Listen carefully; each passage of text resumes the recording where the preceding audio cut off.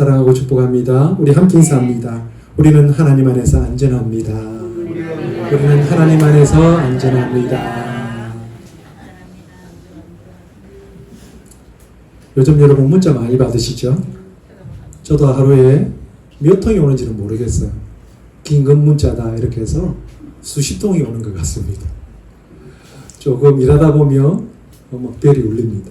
그러면서 이 무더운 여름에 여러분 쉬시면서 일하시라고 정부에서 이렇게 참 열심히 우리에게 알려주고 있습니다. 여러분 이번 여름은요 참 덥습니다. 제가 보니까 한 평균 40도가 넘는 날이 많은 것 같습니다. 평균 40도가 넘으면요 우리의 몸은 많이 지치게 됩니다. 그런데 참 이럴 때 우리가 계속해서 햇빛을 쬐면 어떻게 될까요? 위험한 때를 맞게 됩니다. 그래서 정부에서는요 이럴 때 좀 쉬면서 일하시라고 그렇게 끊임없이 문자를 보내고 있는 겁니다. 너무 뜨거우면요 우리는 그늘을 찾아가야 합니다. 그늘에 가서 잠깐 쉬어야 됩니다. 그래야 우리의 몸도 회복하고 또 우리가 하고 있는 그 일도 잘 마칠 수가 있습니다. 오늘 우리가 읽은 본문에도요 하나님께서 베푸시는 그늘이 있음을 우리가 이야기를 하고 있습니다. 믿음의 자녀들을 향하여서 지존자의 은밀한 곳에 거주하며 전능자의 그늘 아래에 사는 자라고 말을 합니다. 우리를 향해서 지존자의 은밀한 곳에 가는 자들이다 그렇게 하십니다. 우리를 향하여서 전능자의 그늘 아래에 사는 자들이라 이렇게 말하고 있습니다. 하나님의 그늘 아래에 사는 자들에게는요 특별한 은혜가 있습니다. 하나님께서 우리를 은밀한 곳으로 숨기시고 하나님의 그늘 아래에서 우리를 보호하신다는 거예요.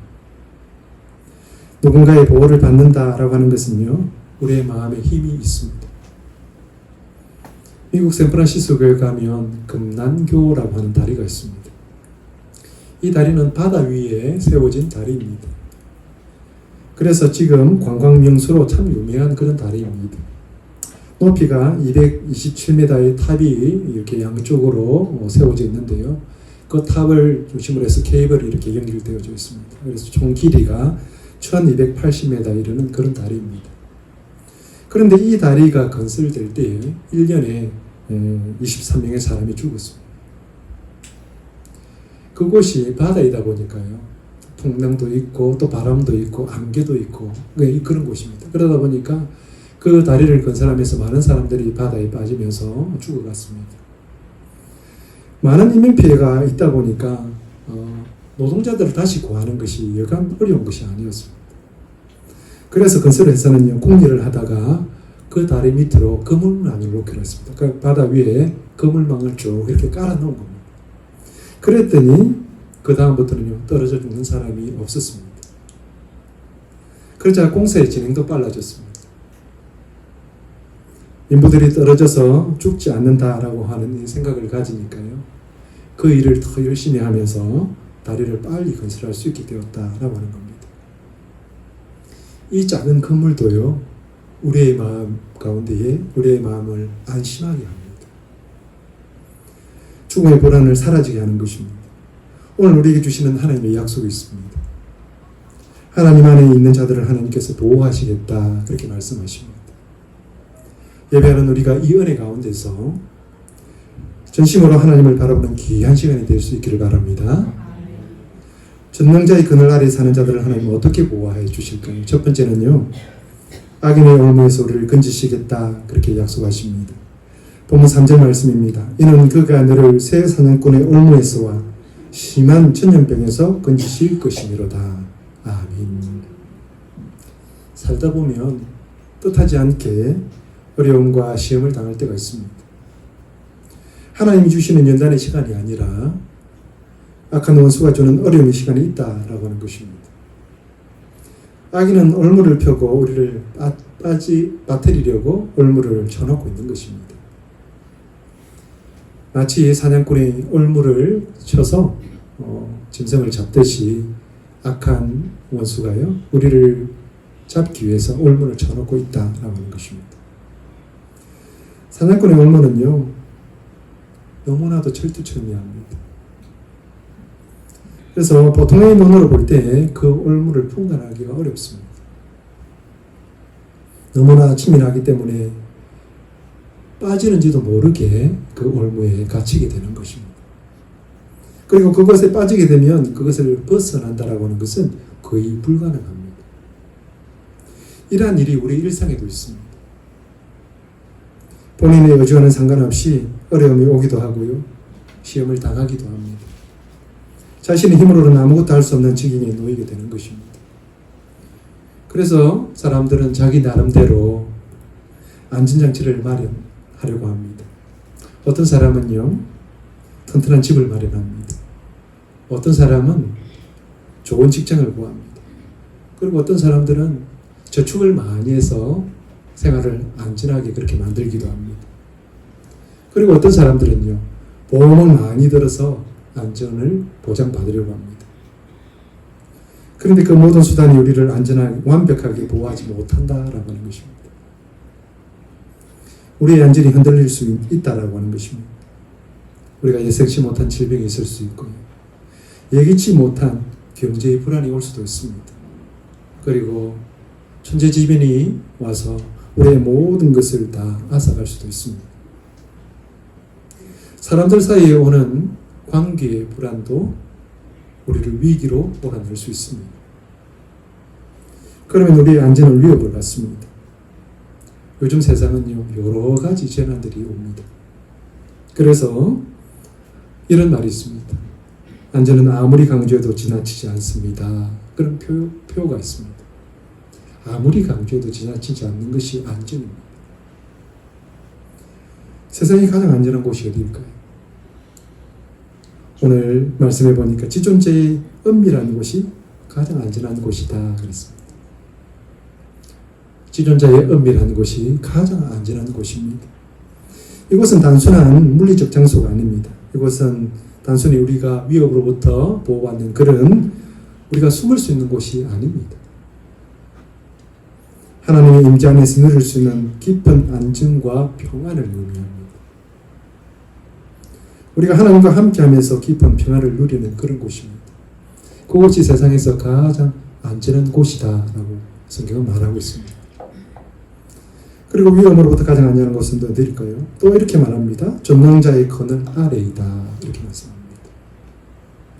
우리가 무더운 여름 태양볕 아래 있을 때에 그늘에 갈 수 있으면 우리의 마음이 어떻게 됩니까? 우리의 마음에 시원함을 가집니다.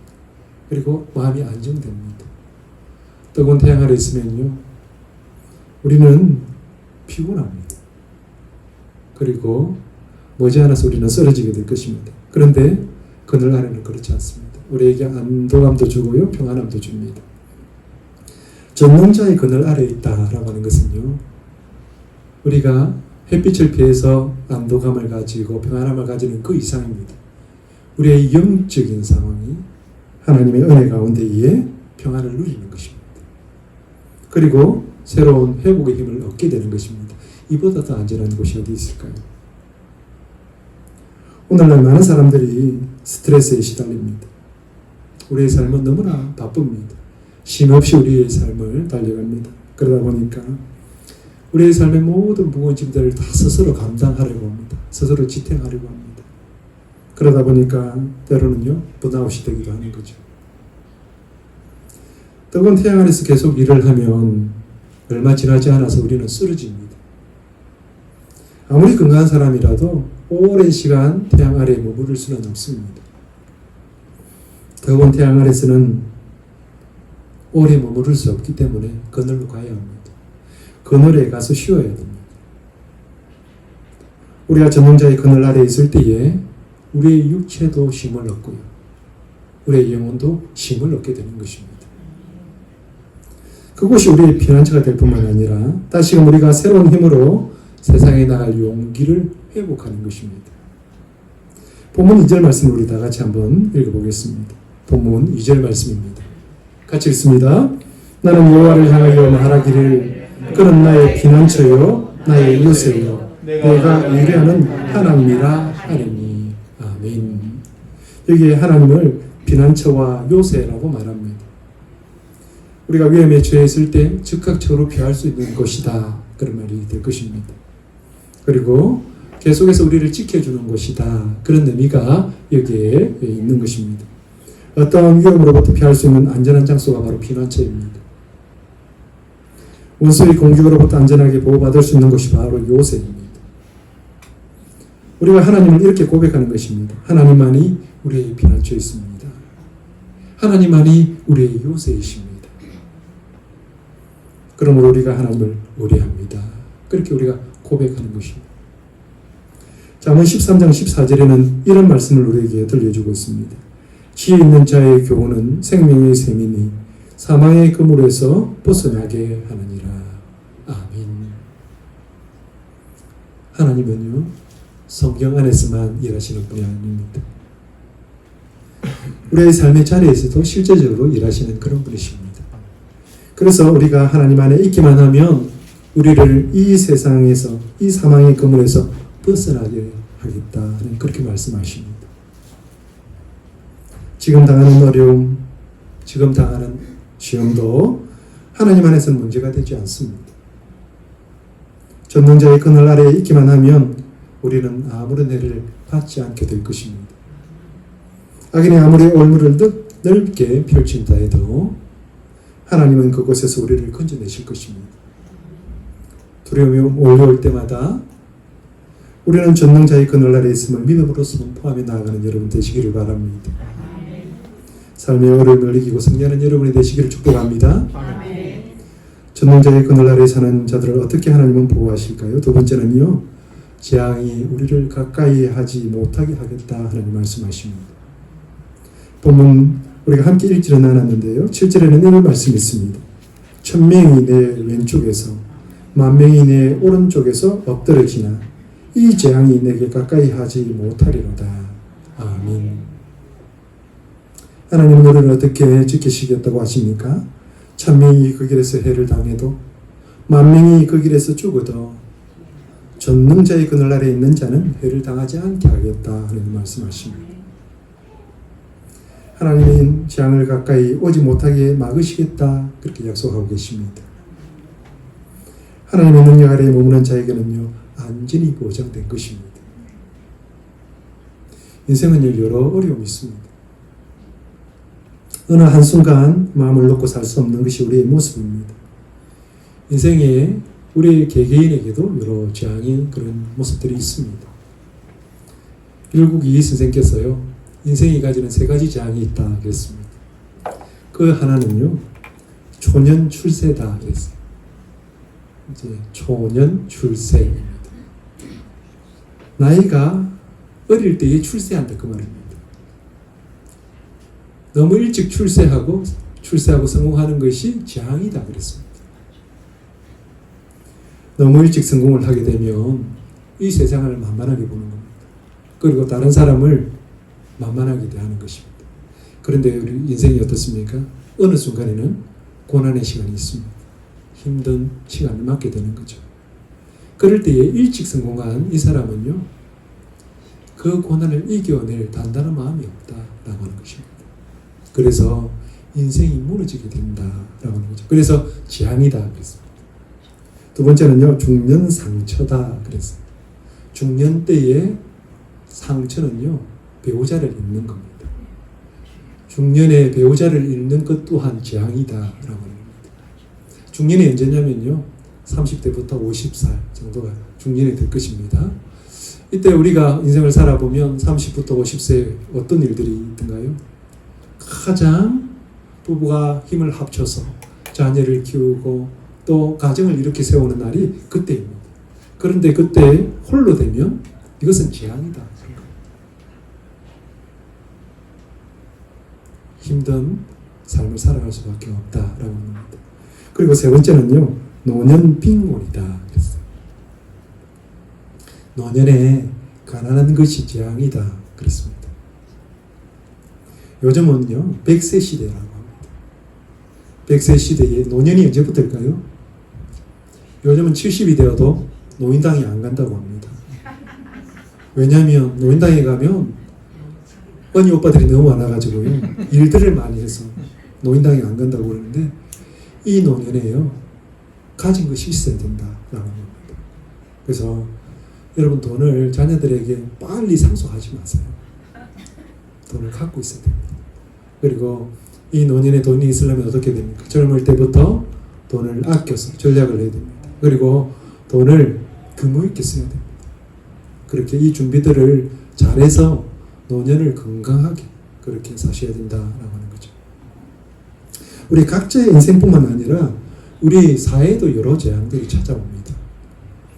요즘처럼요, 이 날씨가 종잡을 수 없을 때는요, 날씨가 재앙이 되기도 합니다. 요즘 이 세계를 보니까요, 비가 많이 와서 재앙이 되기도 하고요, 또 날씨가 너무 뜨거워서 사람이 죽기도 하는 이런 재앙의 시간들을 우리가 맞게 되는 겁니다. 뿐만 아니라 우리 주위에 지금 있게 되는 여러 전쟁들 또한 우리 개개인의 삶에 있어서는 재앙으로 다가올 수가 있습니다. 그런데 하나님께서 이 모든 재앙으로부터 우리를 안전하게 보호하시겠다, 그렇게 약속하십니다. 재앙을 두려워하지 않도록 하시겠다라고 하는 것입니다. 하나님께서 이스라엘을 구원하실 때에 애굽에는요, 재앙이 있었습니다. 그러나 하나님의 백성에게는요, 그 재앙이 미치지 못하게 하셨어요. 출애굽기 8장 22절입니다. 그날에 나는 내 백성이 거주하는 고센 땅을 구별하여 그곳에서 파리가 없게 하려니 이로 말미암아 이 땅에서 내가 여호와인 줄을 내가 알게 될 것이라. 하나님께서 모세에게 이렇게 말씀하고 계십니다. 같은 곳에 재앙이 내려도 하나님은요, 그곳에서 하나님의 백성을 구별하고 계십니다.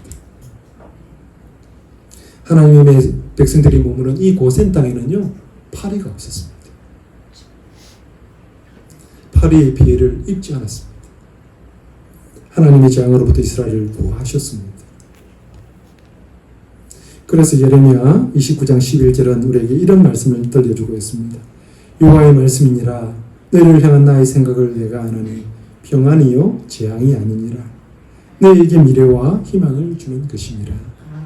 아멘. 하나님은 우리에게 재앙을 주시지 않습니다.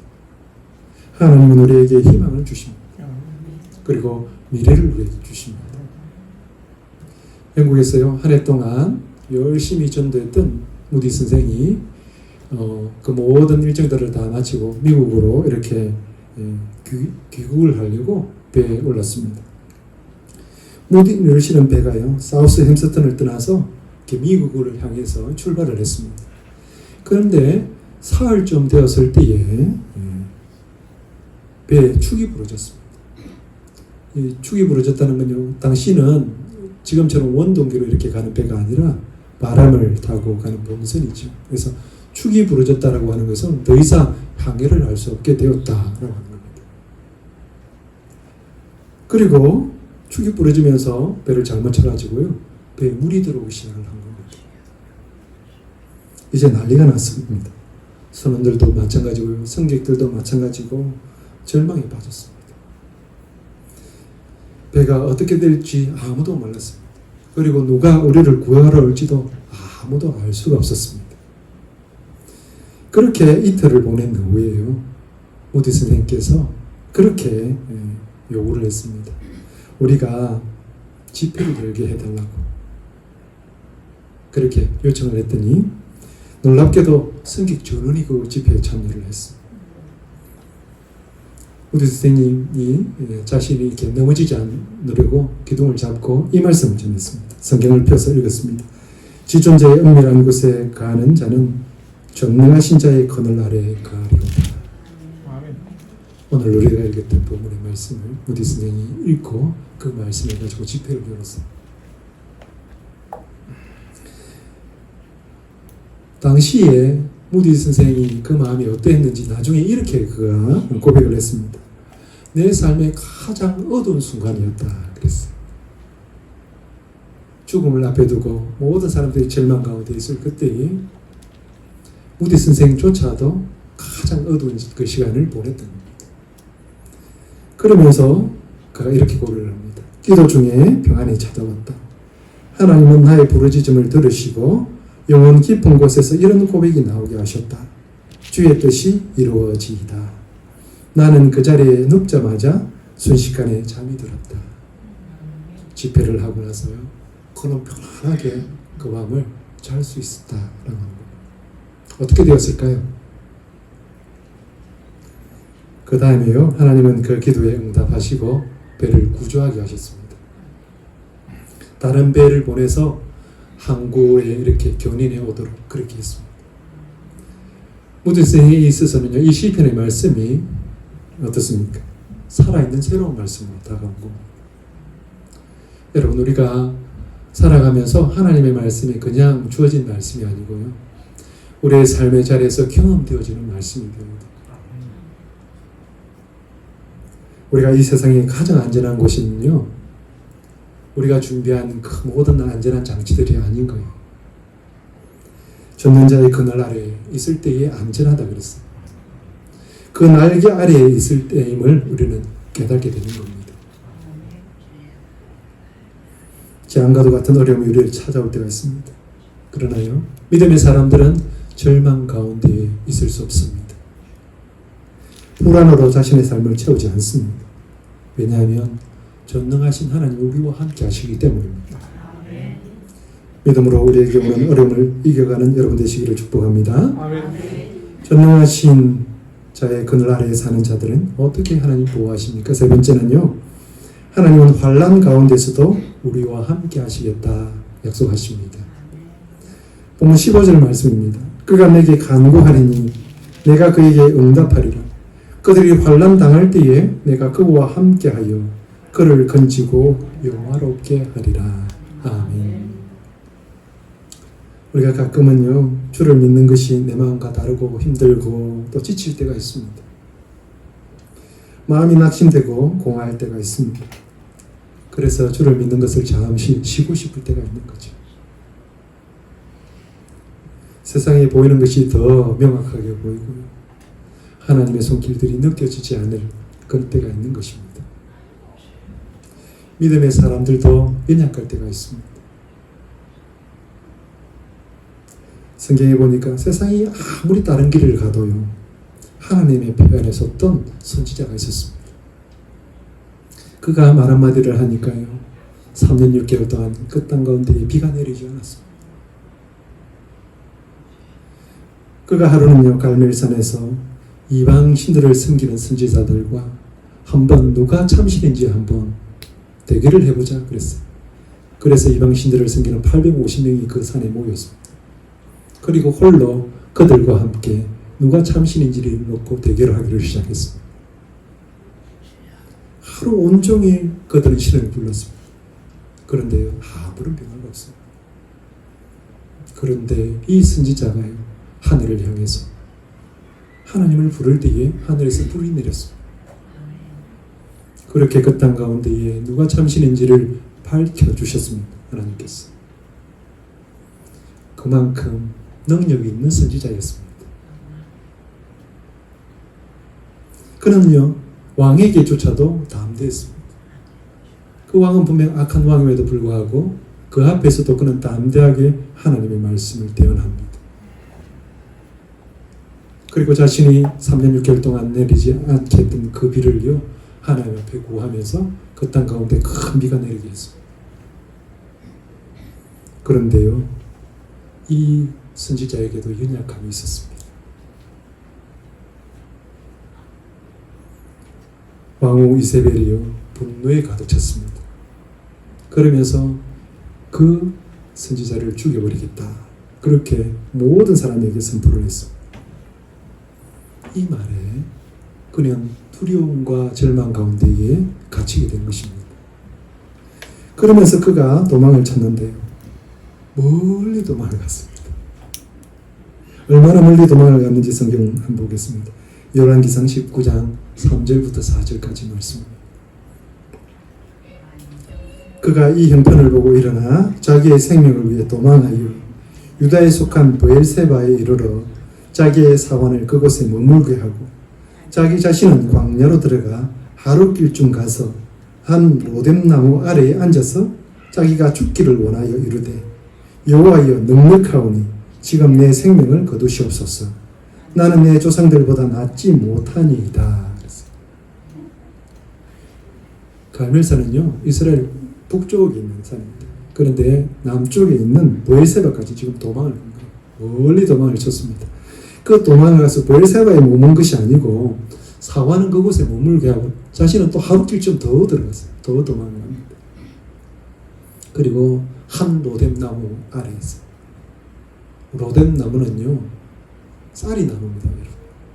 쌀의 나무 밑에서 하나님 죽여주십시오. 이렇게 하고 있는 거예요. 여러분, 너무나 낯설지 않습니까? 그 능력 많은 선지자가 지금 죽기를 하나님 앞에 구하고 있는 거예요. 그 담대했던 엘리야는 어디 가고 있습니까?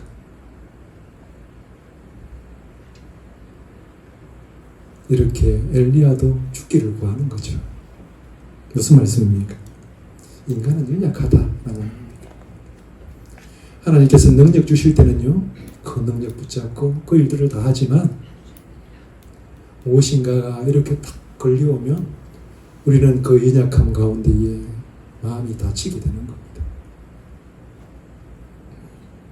두려움과 절망 가운데에 빠지게 되는 거죠. 그런데 하나님은 그런 엘리야를 책망하지 않으십니다. 그런 엘리야를 질책하지도 않으십니다. 하나님은 엘리야를 외면하지 않으셨습니다. 하나님은 엘리야에게 천사를 보내셨습니다. 그리고 그 천사를 통해서 엘리야를 돕게 하십니다. 천사가 내려와서 엘리야를 위로합니다. 그리고 그가 먹을 음식을 이렇게 공급합니다.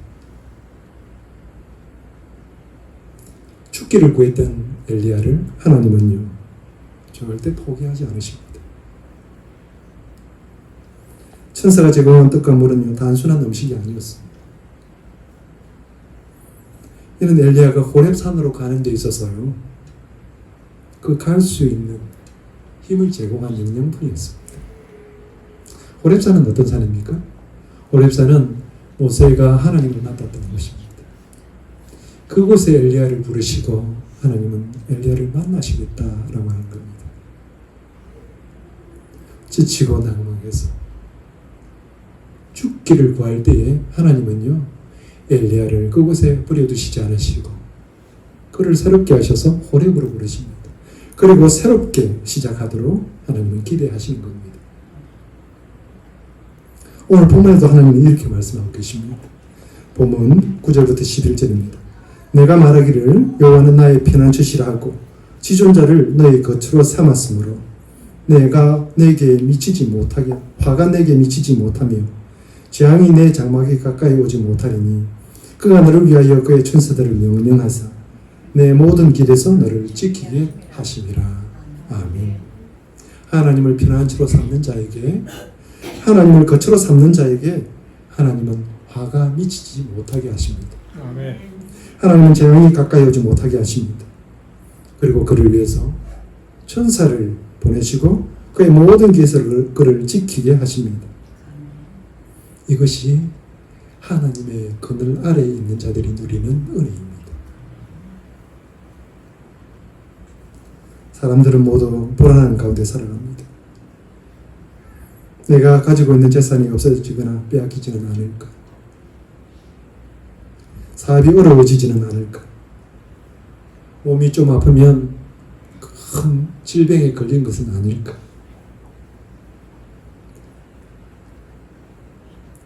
뜻하지 않는 재난이 갑자기 닥치지는 않을까? 늘 불안한 모습을 우리는 가지고 있습니다. 많은 경우에요, 사람들이 막연한 불안 속에서 살아가는 것이 현대인의 모습입니다. 그러나 하나님의 사람에게는 의지할 것이 있습니다. 하나님의 사람들은 내 힘으로 사는 것이 아닙니다. 내 능력으로 사는 것이 아닙니다. 하나님이 돌보시고 지켜주시기에 우리가 살아가는 것입니다. 우리가 힘들고 지칠 때에 하나님은 천사를 보내십니다. 그리고 우리의 연약함을 채워주십니다. 우리가 살고 있는 세상이 평안해서가 아닙니다. 우리의 생활이 행복해서도 아닙니다. 문제와 갈등이 없어서가 아닙니다. 우리가 하나님의 그늘 아래에 있기 때문에 안전하고 평안한 것입니다. 우리가 전능자의 그늘 아래에 있기만 하면 전능하신 하나님께서 우리의 모든 일을 하실 것입니다. 우리가 부르는 찬송 중에요, 여러 작시자들이 많은데 그 중에 엘리자베스 클레페인이라고 하는 시인이 있습니다. 그녀는 어릴 때부터 몸이 허약했습니다. 그래서 늘 병을 달고 살았습니다. 그럼에도 불구하고요, 그는 자신이 가지고 있는 것을 통해서 주변의 어려운 사람들을 늘 도왔습니다. 그러면서 예수님의 사랑을 이렇게 전했습니다. 가난한 자와 병든 자들을 앞장서서 그가 돕는 거죠. 그러면서 자신의 생활비 일부를 제어하고요, 모든 것들을 다 그들을 위해서 썼습니다. 한번 급하게 수술하지 않으면 생명이 위급한 그런 사람들이 찾아왔어요. 그럴 때 그가 자신의 재산 목록 1호였던 말과 마차를 팔아서 그를 도왔습니다. 그런데 안타깝게도 그가 39살을 살고요, 일생을 마감을 했습니다. 그녀가 천국 가기 1년 전에 병약한 자신을 지켜주신 하나님의 은혜에 감사하면서 찬송시를 하나 지었는데요, 그 찬송시가 바로 십자가 그늘 아래라고 하십니다. 십자가 그늘 아래에 나아시기 원하니 저 햇빛이 이미 뜨겁고 또 짐이 무거워 이 광야 같은 세상에 늘 방황할 때에 주 십자가의 그늘에 내 싣고 찾았네. 하나님 안에 있는 자들만이 이러한 고백을 할 수 있는 것입니다. 우리가 편히 쉴 곳이 어디 있을까요? 요즘 휴가철이라서 많은 사람들이 휴가를 떠납니다. 그런데 휴가 가보면 알겠지만 휴가를 떠나는 그 순간부터 해서 고생은 또 시작됩니다. 주차할 곳을 찾기가 어렵습니다. 맛집을 찾아서 헤매야 됩니다. 그렇게 휴가를 다녀오면서 우리는 하나같이 하는 말이 있습니다. 집이 제일 편하다.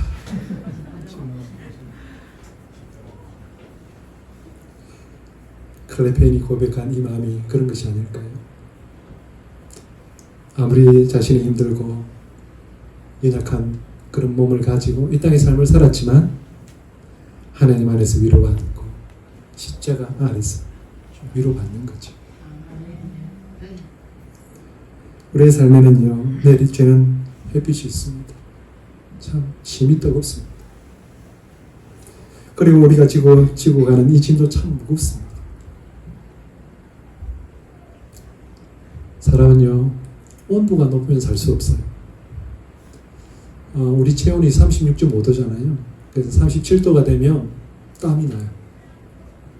땀이 나서 우리 몸을 식힙니다. 그런데 43도가 넘어가면, 우리 주의 온도가 43도가 넘어가면 어떻게 될까요?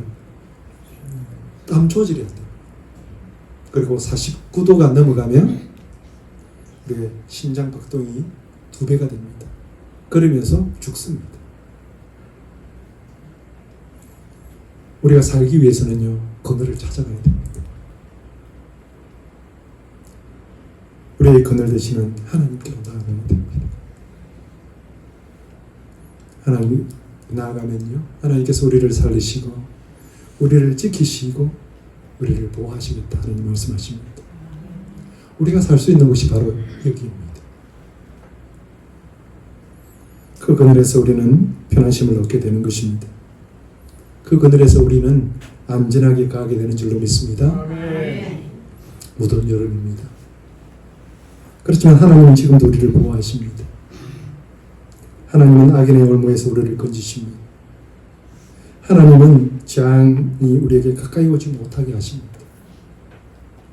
그리고 하나님은 환난 가운데서도 우리와 함께 하시면서 영화롭게 하십니다.